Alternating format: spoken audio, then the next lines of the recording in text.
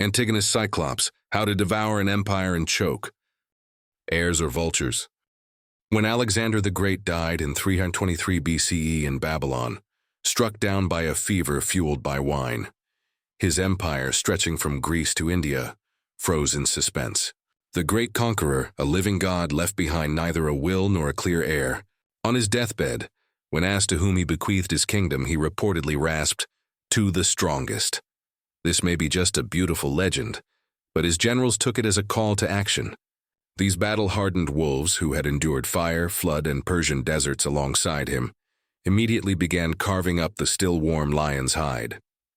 They called themselves humbly diadochi, or successors, but in truth, they were a pack of vultures circling the largest, most tantalizing prey in history.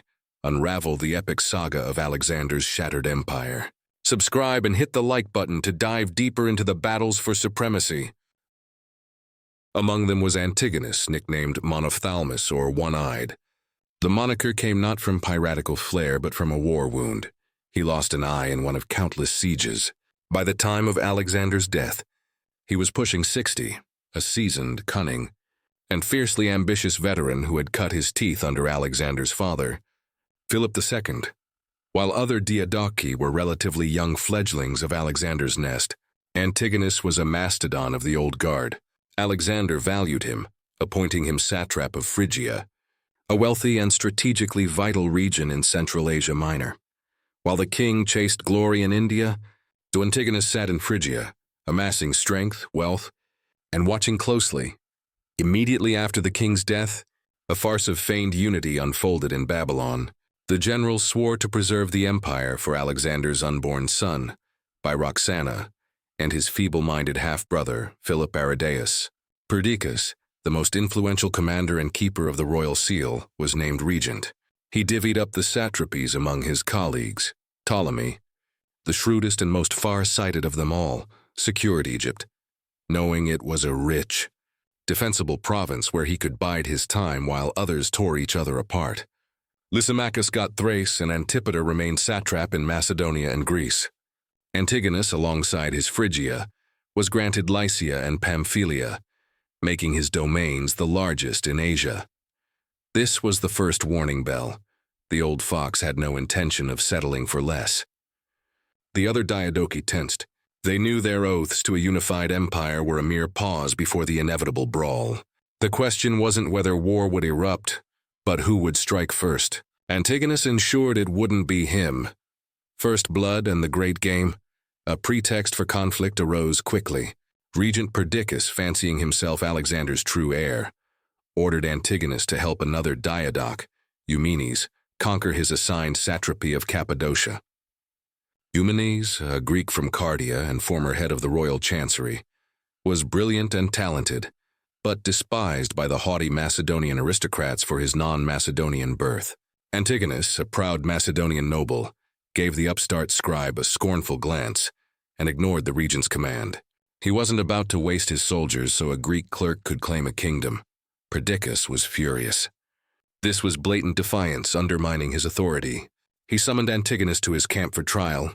Antigonus knew full well this trial would end with his head on a block. Instead of meekly submitting, he pulled off a masterful maneuver, taking 1,500 talents of silver from his treasury, a colossal sum, and his most loyal men. He fled Phrygia by night. Where to? Naturally to Europe, to Perdiccas' enemies. He arrived at the court of old Antipater, satrap of Macedonia, and spun a vivid tale. He painted Perdiccas as drunk on power, scheming to marry Alexander's sister to claim royal blood and eliminate the diadochi one by one. Antigonus was not just a soldier, but a first-rate diplomat and intriguer. His words found fertile ground. Antipater and his ally Craterus, the army's most popular general, already eyed Perdiccas' growing power warily. Ptolemy, who had audaciously hijacked Alexander's funeral cortege to Alexandria, a symbol of legitimate rule, signaled he'd join the coalition, thanks to the cunning One-Eyed's machinations. In 321 BCE, the first major diadochi coalition formed. Antipater, Craterus, and Ptolemy united against Perdiccas. Antigonus was named commander of the allied fleet and given an army to invade Asia. War broke out. Perdiccas faced a two-front struggle. He led his main army against Ptolemy in Egypt, while sending troops under Eumenes, the very man who sparked the conflict, against Antigonus in Asia Minor. The war in Asia Minor became a complex game of maneuvers. Antigonus, the more experienced general, pressed Eumenes, who stubbornly avoided a decisive battle. Meanwhile, Perdiccas' Egyptian campaign was a disaster. His army, exhausted by a Nile crossing, mutinied, and the regent met an ignoble end in his own tent, killed by his officers, including the future king Seleucus. Perdiccas' death seemed poised to end the war, but Eumenes, now without a patron, didn't surrender. He dealt a crushing blow to Craterus, who died in battle. This was a major victory, but a fatal one for Eumenes. Killing the army's beloved general made him a pariah among Macedonians. The allies, freed from Perdiccas, declared Eumenes an enemy and tasked Antigonus with destroying him. The great game was just beginning. Duel in the heart of Asia. After Perdiccas and Craterus' deaths, Asia became the prize, with Antigonus and Eumenes as the main contenders. The next few years turned into their personal duel, an epic clash of two of the era's greatest strategists. It was a classic pairing. Antigonus, a mighty, straightforward Macedonian aristocrat relying on strength and authority. Eumenes, a cunning, resourceful Greek intellectual banking on tactics and guile. Antigonus, given carte blanche and a unified army by the allies, hunted Eumenes. In 320 BCE, he caught him at Orcynia in Cappadocia. Antigonus won, but Eumenes escaped with remnants of his army, taking refuge in the impregnable mountain fortress of Nora. A long siege began. Antigonus surrounded the fort, left a detachment to maintain the blockade, and moved on to other matters, confident Eumenes would either starve or be betrayed by his own men. But politics intervened. Macedonia, Antipater died, naming not his son Cassander but the old general Polyperchon as his successor. Offended, Cassander allied with Antigonus and Ptolemy. Polyperchon, desperate for allies in Asia, bet on the one man who could challenge Antigonus, Eumenes. He named him supreme strategist of Asia, gave him control of the royal treasury, and ordered eastern satraps to obey him. With legitimacy and funds, Eumenes broke out of Nora. He marched east to Babylonia and Persia, rallying a new army from satraps wary of Antigonus's rise. He gathered significant forces, including the famed Silver Shields, veteran Macedonian infantry from Philip and Alexander's campaigns, elite warriors in their 60s and 70s, undefeated in battle but susceptible to flattery and wealth. Antigonus, realizing he'd missed his chance, gave chase. For 2 years they pursued each other across Iran and Mesopotamia, in a staggering war of maneuvers, forced marches through deserts and mountains, where endurance and speed were everything. Finally, in the winter of 316 BCE, they clashed in 2 decisive battles. The first battle at Perdiccas saw roughly equal forces, 30,000 to 40,000 men each. The fight was ferocious and ended in a draw, though both claimed victory. The second decisive battle at Gabiene gave Eumenes a slight edge in infantry and elephants. Early on, his silver shields, as always, crushed Antigonus's phalanx. Victory seemed near, but Antigonus, watching from a hill, spotted a weakness in Eumenes' formation. While the infantry clashed, he sent his cavalry on a flanking maneuver. They stormed Eumenes' rear, capturing his baggage train, filled with the silver shield's decades of plunder, gold, silver, and, crucially, their wives and children. Learning of this, the veterans were enraged. Their fighting spirit evaporated. They opened talks with Antigonus. The terms were simple. They'd hand over Eumenes, and he'd return their possessions and families. The deal was struck. The invincible silver shield seized their commander, who had just led them toward victory, and dragged him to Antigonus's camp. Antigonus hesitated for days to end such a formidable foe, but his officers and the silver shields demanded execution. Eumenes was soon gone. The duel was over. Antigonus became Asia's sole master. The traitorous silver shields got their reward. Antigonus sent them to the empire's most perilous frontier near India, with secret orders to the local satrap to use them in suicidal attacks so none would return home. Master of Asia and lord of gods after crushing Eumenes, Antigonus reached the peak of his power. In his 70s, he had more energy than all the younger diadochi combined. He swiftly eliminated other eastern rivals. He removed Python, satrap of Media, ousted Persia's governor, and seized Babylonia, forcing Seleucus to flee to Egypt. He claimed the vast royal treasury, previously considered communal. Now he controlled Alexander's entire Asian empire, from the Mediterranean to India's borders. He was the world's most powerful man. This, of course, alarmed the others. Ptolemy in Egypt, Cassander, Antipater's son, who had seized Macedonia, and Lysimachus in Thrace watched in horror as the old Cyclops became an unstoppable beast, poised to devour them one by one. Seleucus, now with Ptolemy, fanned the flames, warning of Antigonus's boundless ambition. In 315 BCE, they formed a second, even stronger coalition and issued an ultimatum: share the power and wealth. Antigonus refused. The Third Diadochi War began. Antigonus acted with characteristic vigor. He proclaimed himself a champion of Greek city freedom to undermine Cassander in Greece. He seized the Phoenician coast, building a massive fleet to challenge Ptolemy's naval power. The war raged unevenly across the Hellenistic world. From the Aegean to Babylonia, a key figure emerged: Antigonus's son, Demetrius, nicknamed Cities or Besieger of Cities.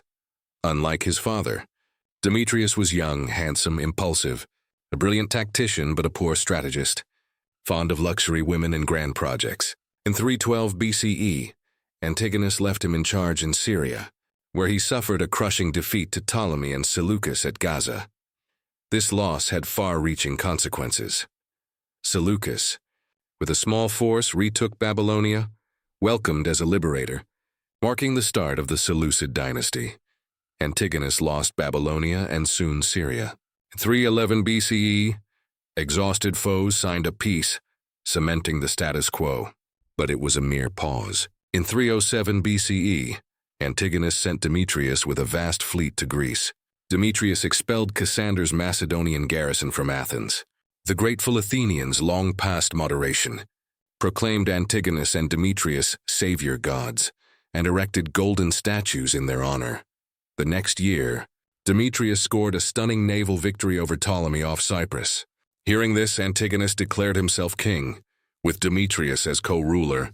This was a direct challenge. In response, Ptolemy, Cassander, Lysimachus, and Seleucus donned royal diadems. The last pretense of Alexander's unified empire vanished, replaced by 4 warring kingdoms. Emboldened, Antigonus tried invading Egypt but failed.